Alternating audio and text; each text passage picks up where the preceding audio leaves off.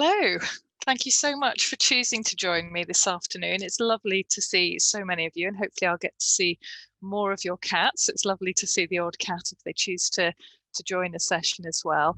And I think a reflection of the topic's importance shown in the number of you that have turned up. So I really hope you're going to find it useful.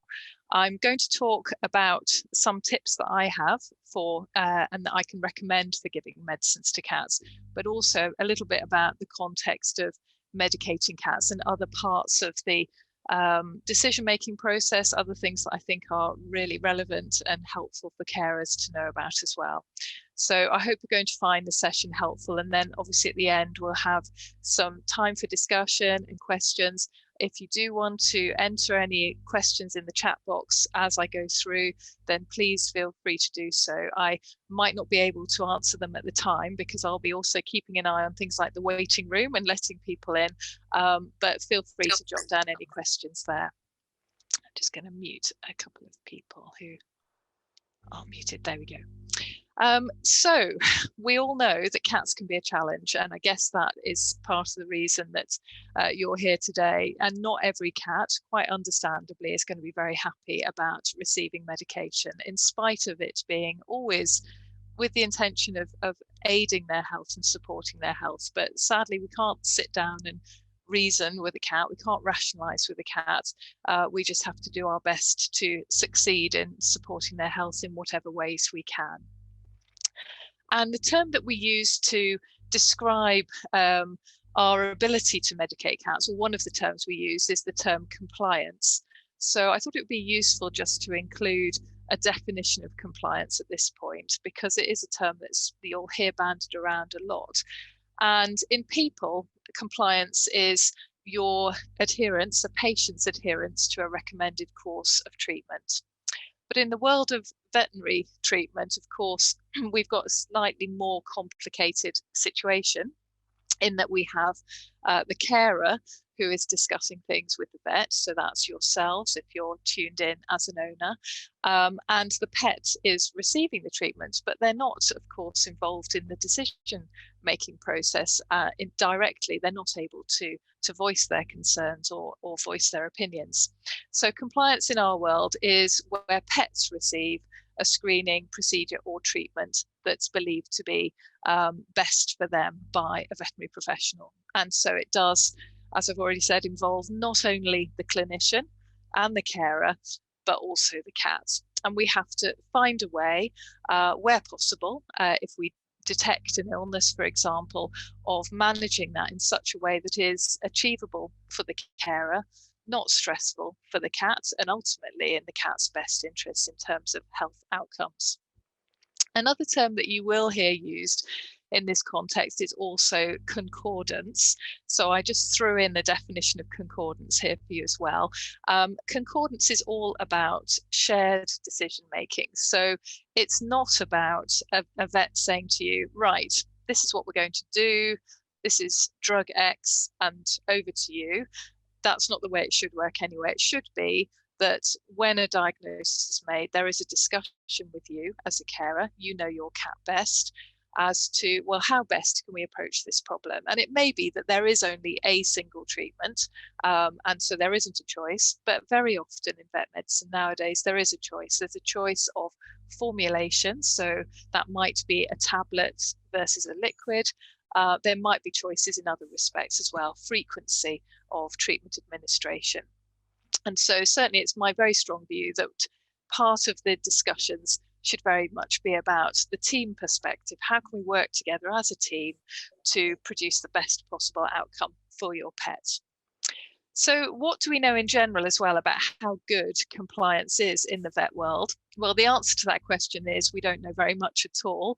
Some quite old data here from America, the American Animal Hospital Association, that looked at compliance to various either treatment recommendations or treatments. You can see, again, this is an American study, so heartworm testing isn't something that we generally have to worry about in the UK, but we do certainly worry about dental treatment. We use therapeutic diets, for example, cats with kidney disease, and a key part of their management is where possible to feed a specific diet.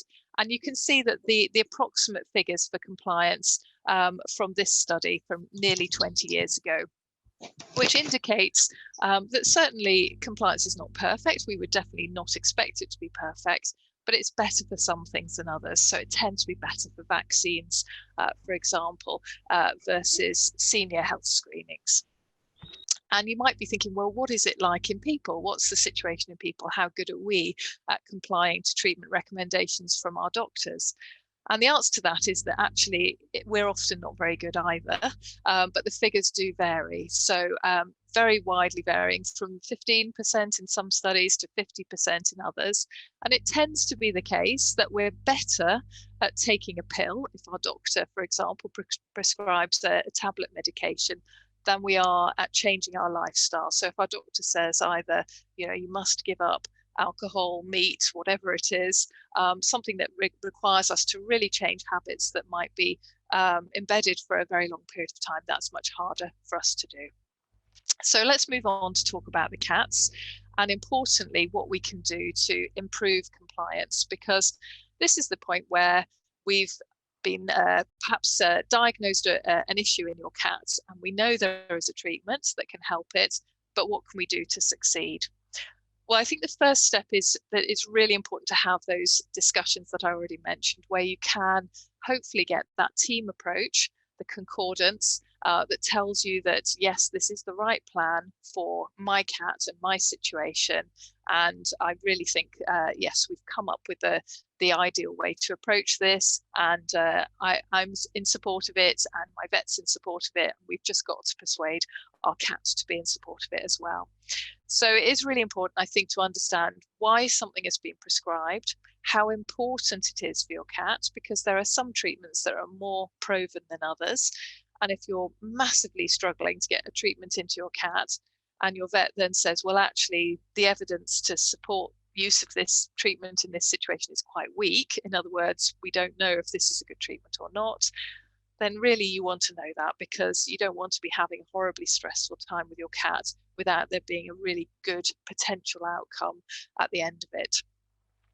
And I think owner education in terms of the sorts of things that I've done over the years, like writing books on certain medical conditions and providing other resources, we know from the surveys that we do with yourselves and other pet owners that these are typically really well appreciated as well. People want to understand, well, if I'm going to give medicine to my cat, why is it? And what is the purpose? What's it going to achieve? Importantly as well, are there any side effects that I need to be aware of? All these things are critical to cover. And there are an awful lot of different formulations which are available for cats, and I probably haven't even listed them all in this slide, but there are obviously an awful lot of things. But I'm going to focus for the most part, well, I'm definitely going to focus on oral medications, because these often are the most challenging, so things given by mouth. And I'm going to spend a lot of time talking about tablets and capsules, because again, they often are quite problematic. But you will know that there are a variety of different formulations, and some of these can be labelled as easy to give. A classic for that would be the spot-on treatments for parasites in particular, often have this sort of seal of approval on them, this easy to give seal of approval, but the cats don't always agree with that. So we'll talk a little bit about that, as well as importantly, what tips I can give you to succeed with all of these different options. So let's talk about tablets and capsules to start off with. Now, some of you may know that we're running a survey at the moment to ask about carers' experience of giving medications to cats at home. And if you've already participated in this survey, I would like to really thank you for your time, because it is quite a long survey. We ask lots of questions, but we are incredibly excited by the engagement we've had with the survey, and that we've had hundreds and hundreds of people participate, and we are very much looking forward to analysing the results and sharing them with you, hopefully this year, so that we can understand more about what is the typical carer experience and how best can we as vets and also pharmaceutical companies help out. I'll provide a bit more information on the survey at the end for anyone who's not done it, in terms of how you can find it on the website. We'd definitely love as many responses as possible, so please also share with any friends and family that you know have cats. What we know at this stage is much less than we will know when we've analysed our survey, but there is some data. For example, on this next slide, I've got some data from a market research study which a pharmaceutical company, a pet pharmaceutical company rather, conducted recently. And they had 600 cat owners in this study. And what they reported was that nearly all of the cat owners involved in this study did have some experience of giving a tablet to their cats. And that probably is, I think, true for all of you listening as well. In terms of how that tablet was administered to the cat, you can see quite a range of techniques used. And some of them may be things that you've maybe not thought of before. So, for example, we have got some cats here that are taking treatments from their owner's hands. And if you have had difficulties giving a pill to your cat, you might be quite sort of skeptical about that possibility. But it does happen because the pharmaceutical companies have put more and more efforts, particularly in recent years, into developing products which are genuinely more palatable, more acceptable size and shape for a cat to swallow. And some cats will surprise you. And I've got some videos which I hope will play okay on Zoom to show you some examples of that as well. So the placing the tablet into the cat's mouth, which is probably what most people think of when they think of having to give a tablet to their cat. In this study, actually, only about a fifth of owners were doing. Often they were trying other things like hiding in food, or they were lucky enough that the cat took it from, as you can see, an empty bowl or on the floor in a very small number of cases, or from the hand. It is important to mention at this point, though, that it's always really important to check with your vet clinic if you do decide to give a treatment mixed with food or a treat, that it is going to be okay to do so, because there are some treatments that we know actually you have to give on an empty stomach, and that's really important, otherwise the drug won't be absorbed. And also to get a drug license, a sort of authorization for veterinary treatment, the pharmaceutical companies will typically do a certain number of studies. They might not have studied how well that product is absorbed with food. So again, check with your vets if you're considering hiding the tablet in food, or crushing it as well would be another thing, which is technically what we would call off-label, so not quite allowed. Often it is okay, as in it's not a problem for the medication, but there are some medications for which it can pose problems. And another key point, which I'll mention a bit later as well, is that if you are hiding something in food, then of course the key thing is that you want the correct dose of medication to be ingested by the correct animal in your household. And so if you have multiple animals, that can become an issue, in that making sure that the right cat gets the right treatment, but also getting their full dose of treatment can be a challenge as well. So the first example I've got here, and if these videos don't play very well, then most of them are in a compilation on the website. But this is Leo, who hopefully you can see, just appears to be absolutely in love with his tablet. So he was receiving Forticor for kidney disease, and you can see he can just hardly wait for his owner to open the box. He's right in her hand. He's gobbled it up within a second. This is now the video playing for the third time. So it does happen. You know, it might surprise you if you've had struggles with your cats, but more and more that these tablets that are being developed are genuinely more palatable than they used to be. And some cats will just do this, which is wonderful.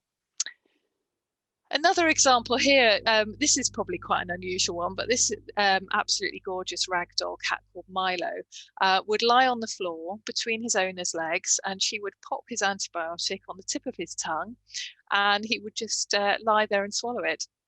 So that made medication really pretty easy. Again, you know, I do think this is not the norm, so don't expect your cats to take a tablet quite this easily, but of course if they do, that is absolutely brilliant. This is a video of, this is actually both of my kittens in the shop, but Simba is the one eating a little treat on the floor.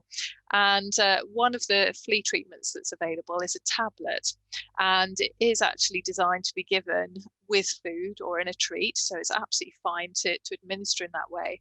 So we squidged this tablet into a little treat, and you'll see Simba's eating that treat quite happily. And unfortunately, in terms of speed of success, the tablet drops out of the treat. You can probably see that tablet on the floor by him. So he's eating the treat now. And I carried on filming thinking, I just hope, perhaps he will eat this tablet, because there are some cats that will actually eat the tablet on its own from a hand or an empty food bowl. And lo and behold, actually, he does. He eats all the treat first, and then he has a look at the pill and he thinks, yeah, okay, this is all right. And so that's all gone, and job done. So it is more and more possible that you'll have that situation where the cat will eat that tablet without too much difficulty. And the tablet that was in that video is one called Credelio, and I've stolen one of their marketing slides. And this is, I'm not in any way paid by the company that makes this treatment to show this, but just as an example of how seriously the pet pharmaceutical companies are taking compliance in cats.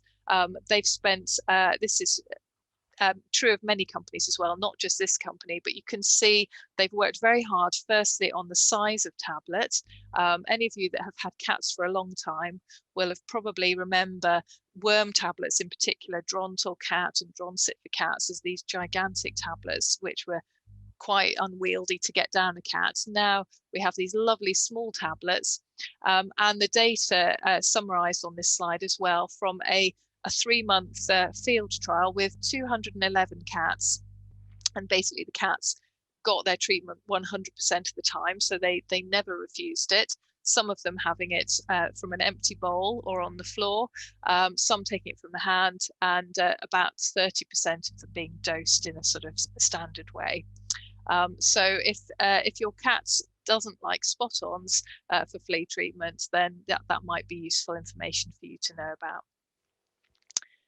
Hiding in a treat, again, check with your vets that the medication you're using is okay to be hidden in a treat.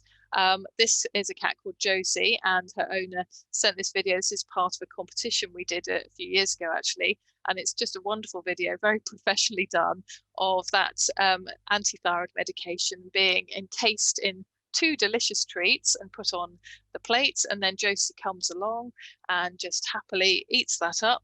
And then you know with certainty, or Josie's owner knows with certainty, that she's had her treatment, she's had the full dose of treatment, and then she can have, food as normal.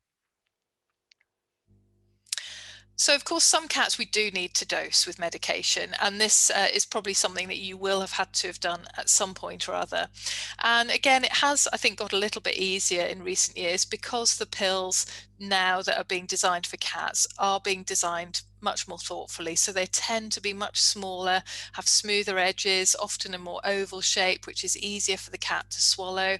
And actually, a lot of cats are quite straightforward to medicate. So this next video, which is one on the website as well, is a former cat of mine, and you can see he's having his pill, and you'll see me first of all tipping that head back.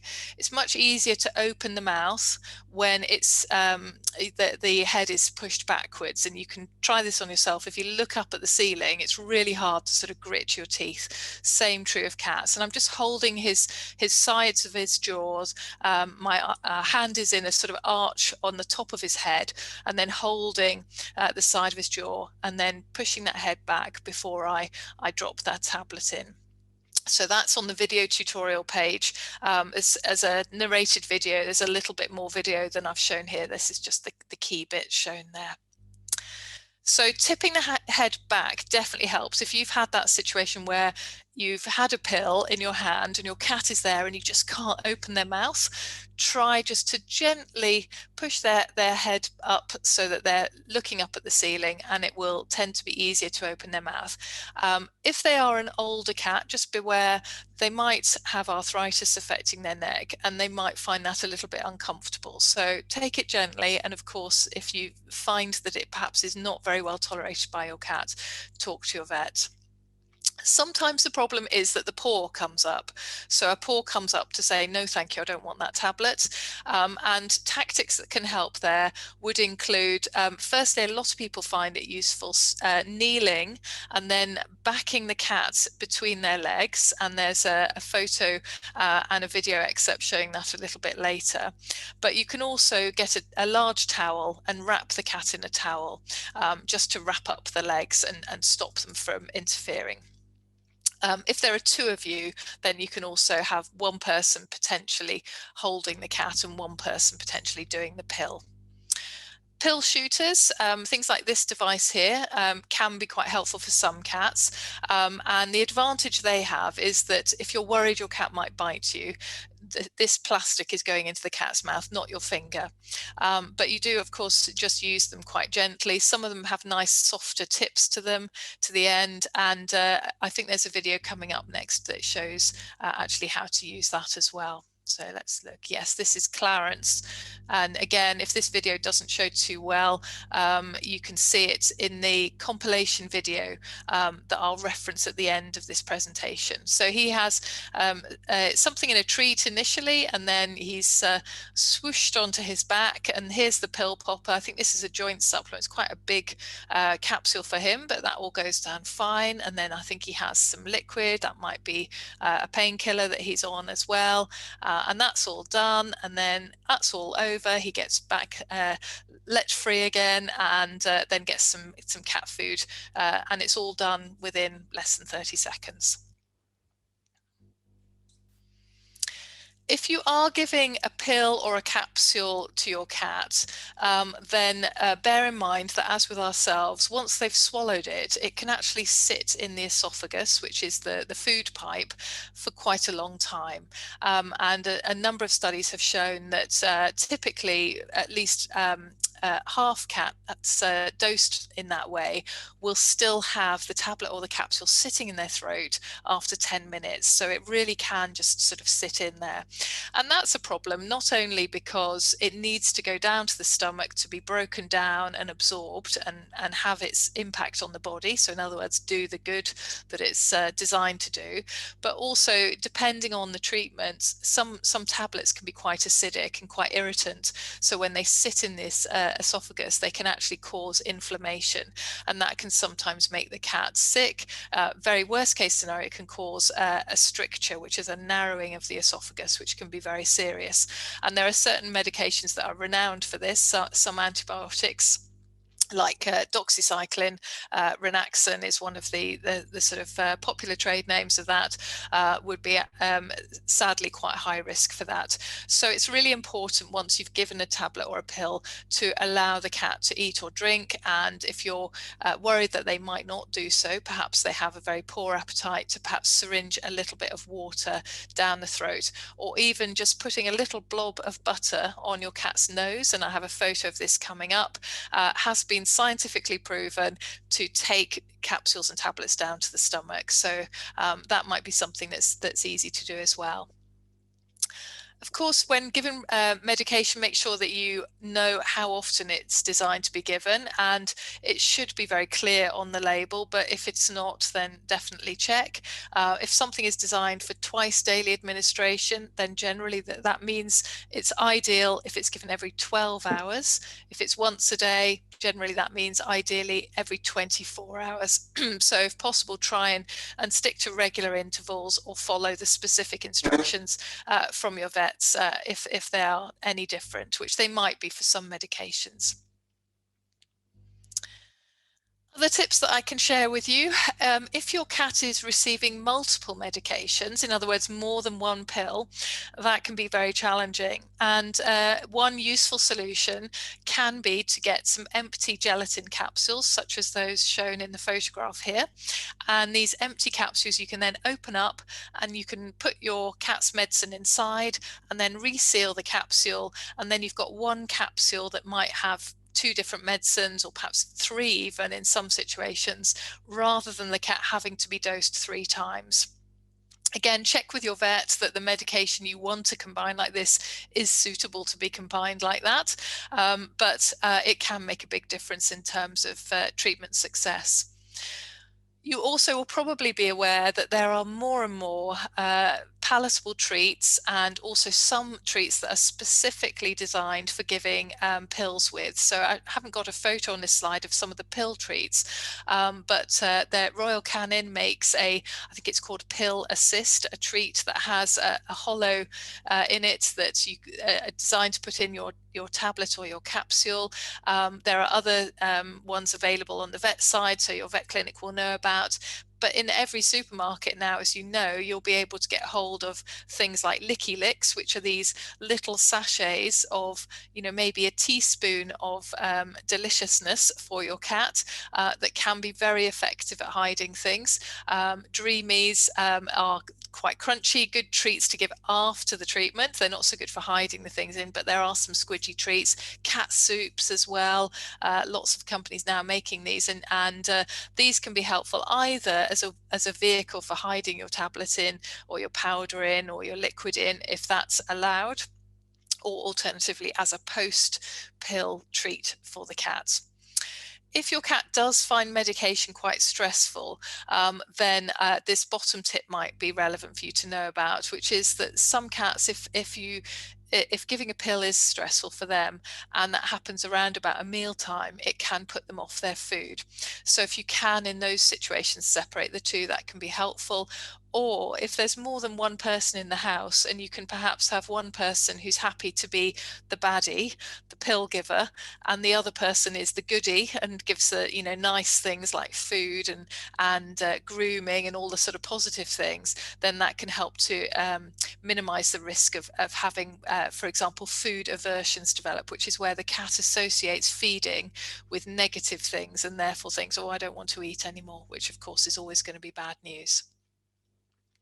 So these are some pictures here just to remind about the following that dry tablet or capsule with either a little bit of water, and if you're giving a little bit of water, allow the cat to have its head and neck in its normal position. So you don't want the head back there, because it's difficult for the cat to swallow when its head is pointing up at the ceiling. It's easier for you to open the mouth, but harder for the cat to swallow. So have its head in a normal position, and just sort of winkle that little syringe tip into their mouth and dribble in a little bit of water, or you can do this blob of butter on the nose, which a lovely study about 20 years ago, actually they did really proper scientifically study the impact of a blob of butter on the nose, and it was 100% effective at taking a tablet or a capsule stuck in the food pipe through to the stomach, which is exactly what you want.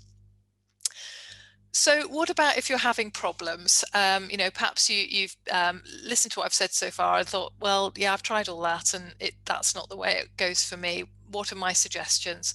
Well, number one is to talk to your vets and make sure that they know that you're having problems, because this is where alternative solutions, the sorts of things that I'll talk about on the next few slides, will come into play. But they will want to know if there are problems, and they will definitely want to be able to help. So don't be afraid to pick up the phone and ask for some support. And the sort of support that might help would include perhaps advice, tuition, demonstration, or even a visit from a nurse who can medicate your cat. And there are now some district vet nurses who will visit people's homes, and your clinic might have links to one of those that can help you, and they can come to your house and administer the treatment. Or it may just be a little bit of a tutorial, a little bit of assistance, showing you how to wrap your cat in a towel, for example, directing you to clinic resources like useful videos, all these sorts of things. That might be all that you need to get you on the right pathway. If your cat is receiving multiple medications, then the discussions with your vets are particularly important, I think, to really determine, well, okay, if treatment is really difficult, we need to work out which are the most important treatments. You know, how do we prioritize things? And this comes back to the sort of comment I made earlier on, where if there's a treatment, well, it might help maybe 30% of cats with this condition. The evidence to support its use is a little bit weak. If it's a real nightmare to give that treatment to your cat, then perhaps that's one that I would say, well, let's maybe drop that treatment. Whereas if we know, for example, your cat has high blood pressure and we know that the medication prescribed is really effective at treating high blood pressure, well, that's a priority, because we know high blood pressure in cats can be just as damaging and serious a problem as it can be to people. It can be fatal. So that's the sort of discussion I would really encourage you to have with your vet at that point. And there are certainly many situations where there are some choices.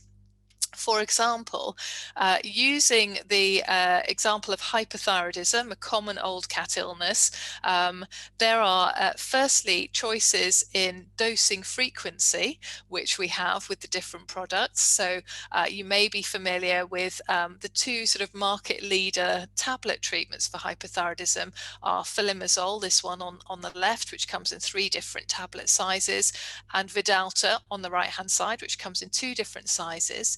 But these treatments are slightly different. The Filimazole has a shorter duration of action, so it needs generally to be given every 12 hours. Some cats are okay on once-a-day dosage, but generally 12-hourly dosage is recommended. Whereas Vidalta has this slow-release form of slightly different form of the medication, and it's licensed for use either once a day or every other day.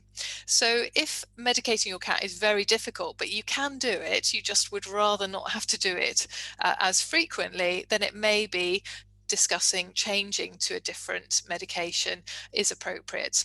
And both of these are veterinary licensed treatments for hypothyroidism in cats. Sticking with the hypothyroidism theme, we also do have even choice beyond the frequency in terms of also the formulation.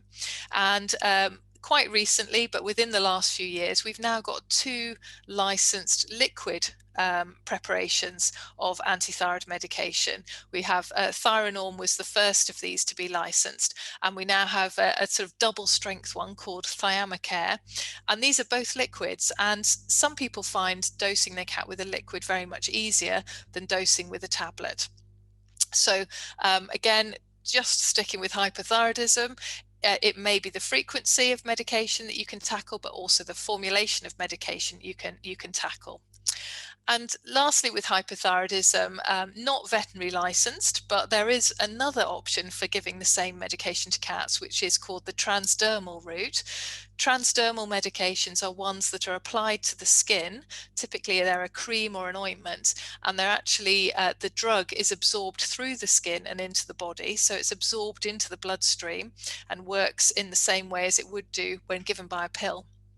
And although these products are not veterinary licensed products in the UK, certainly, they are available. So if we've worked through the sort of vet licensed options and we've tried tablets and we've tried liquids and it's just really, really difficult for the carer to be able to achieve, then one option we do have is to consider using these transdermal products. And they're made by what are called specials labs, which are slightly, well, very much different to a pharmaceutical company. They don't have to jump through quite as many regulatory hoops, but they are able to provide these products for us, and we apply them to the inner surface of the ear, which is because it has relatively little fur on it, it's relatively hairless, and they can work. They tend to be much less effective than giving a tablet. You tend to need a much higher dose.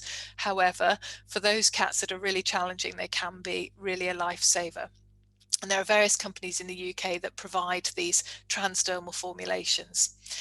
if you're lucky enough to live in New Zealand, which is a lovely place, I've been told to live in many, many ways, but another lovely reason to be there might be if you have a hypothyroid cat, because they actually have a vet licensed transdermal product there called Hyper T Ear Spot.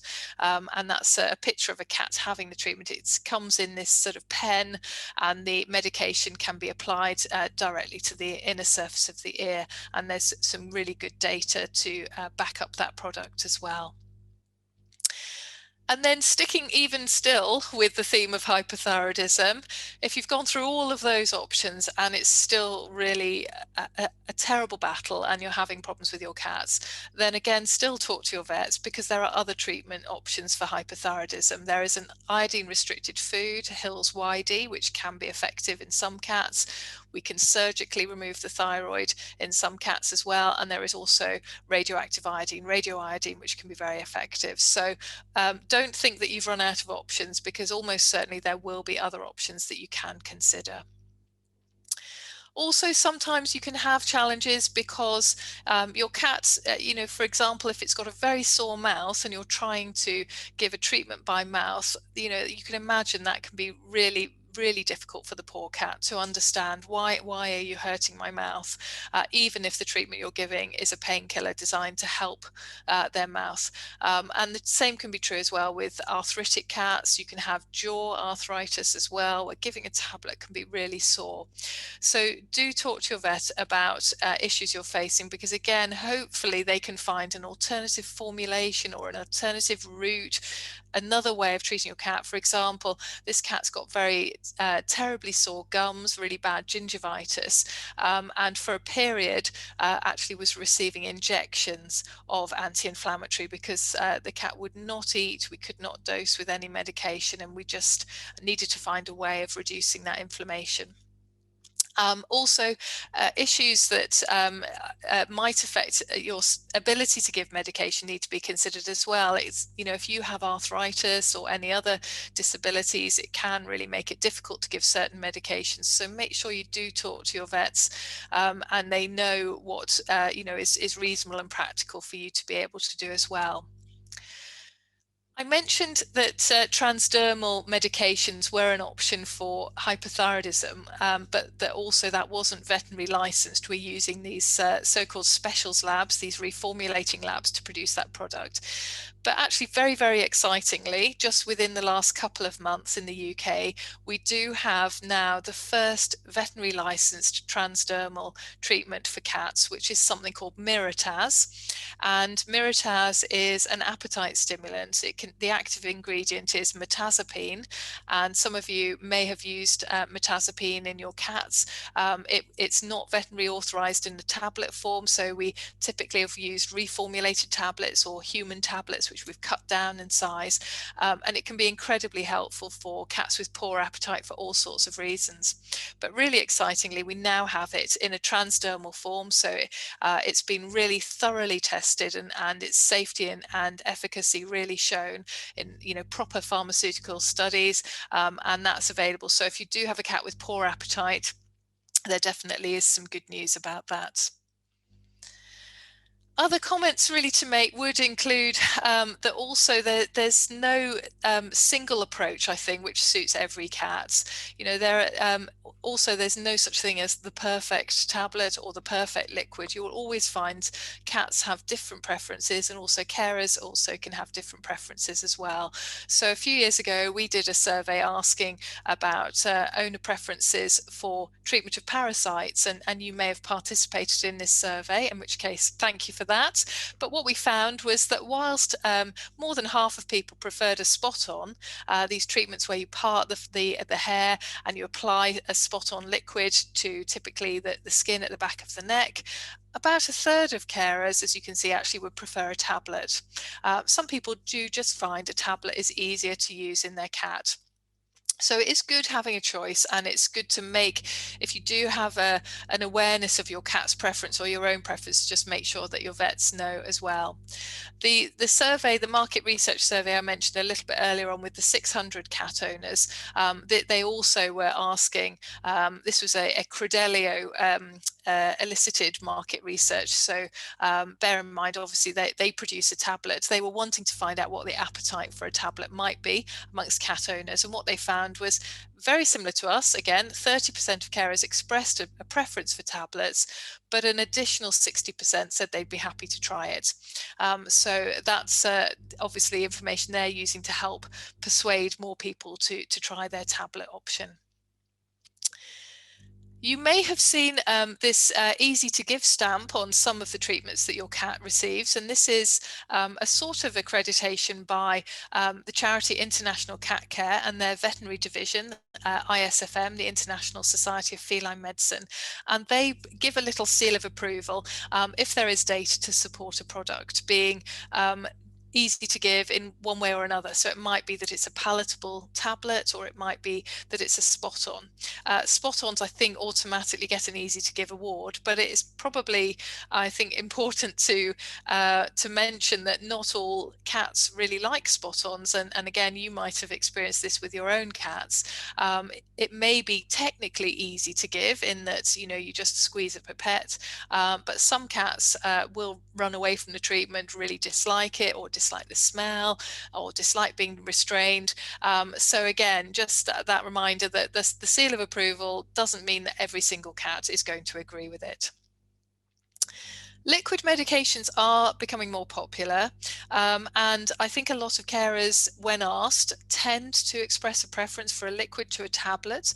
But again, I think not always easy to administer. It just does depend on the liquid and also on the cat, and the liquid volume as well. So if we have to administer a small volume and it's something that tastes quite nice, that's probably going to be easier than a larger volume of something bitter. But we do hope that the survey we're doing at the moment is going to shed even more light on what you think of the liquid versus tablet debate.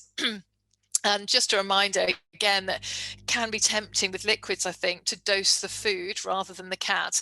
And indeed, that's probably not helped by the veterinary profession, in that one of the most frequently prescribed liquid medications for cats is Metacam, or it's the other medication with the same active ingredient, which is meloxicam. This is a liquid painkiller for cats, which has been licensed for, I think, 20 years, possibly even a bit longer now, and is absolutely brilliant as a medication, but it's often recommended that it's given on food because we want to make sure that cats receiving it are eating, and therefore if they don't eat their food, they don't get their medicine. But it's probably good not to extrapolate that general approach to liquid medications in general. For example, the anti-thyroid medications, just really important that the cat gets its full dose of treatment, and dosing the food does risk that some of that dose being ending up in either another cat or perhaps in the bin. But certainly there is some information that owners might prefer liquids. It'd be interesting if you have a preference to share it at the end as well. And then lastly, just really some other sort of comments on, you know, do we hide things in food or not? I think really the main thing is to just be aware of some of the potential drawbacks of that, which I've already mentioned. Of course, it's much easier to dose a bowl of food than it is to dose a cat, but we do want to make sure that firstly that medication is okay in food, it's not going to be inactivated in any way, and also that the correct cat gets the full dose. So for cats, for many cats in fact, actually giving a pill does give you that reassurance that they've had their dose, and you know, then you can move on, you can not worry about them necessarily having to eat all that food. One of our previous surveys was looking at cats with kidney disease, and one of the common recommendations with cats with kidney disease is to provide some way of phosphate restricting their dietary intake of phosphate, and we can do that through feeding a therapeutic diet, but we can also use these substances called phosphate binders, which many of which are powders. Things like ipacatine and renate are both powders that you mix with the food. Pronefra is a liquid. But phosphate binders are designed to be given with the food. So actually that is the recommendation. And one of the questions we asked in this survey was, please share your tips for how do you give phosphate binders to your cats. And so I thought useful to share these. Phosphate binders, it's fine to introduce them gradually. So that's starting with a low dose and then increase. Might not be suitable for all powder medications that we might choose to use, but I think is perfectly fine for our phosphate binders. But I did particularly like, I have to say, this bottom tip: add to the food when the cat is not looking.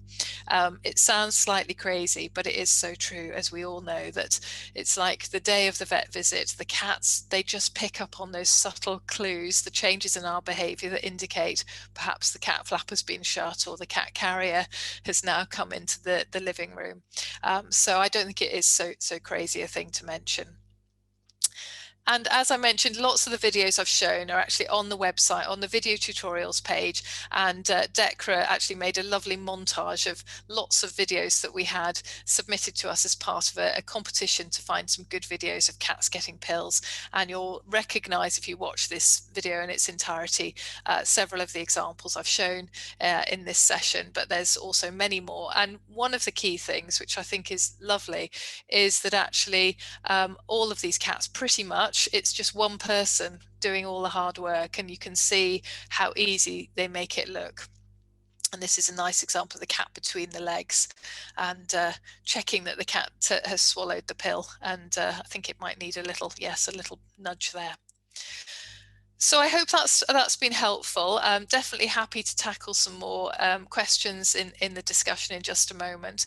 I think the key messages really are that there are more and more choices of formulation and route of treatment that we can use, so the injectable versus the oral, for example. And your vets really just make sure you keep them fully informed. You tell them what might be possible from your perspective, and ask for their support whenever you need it.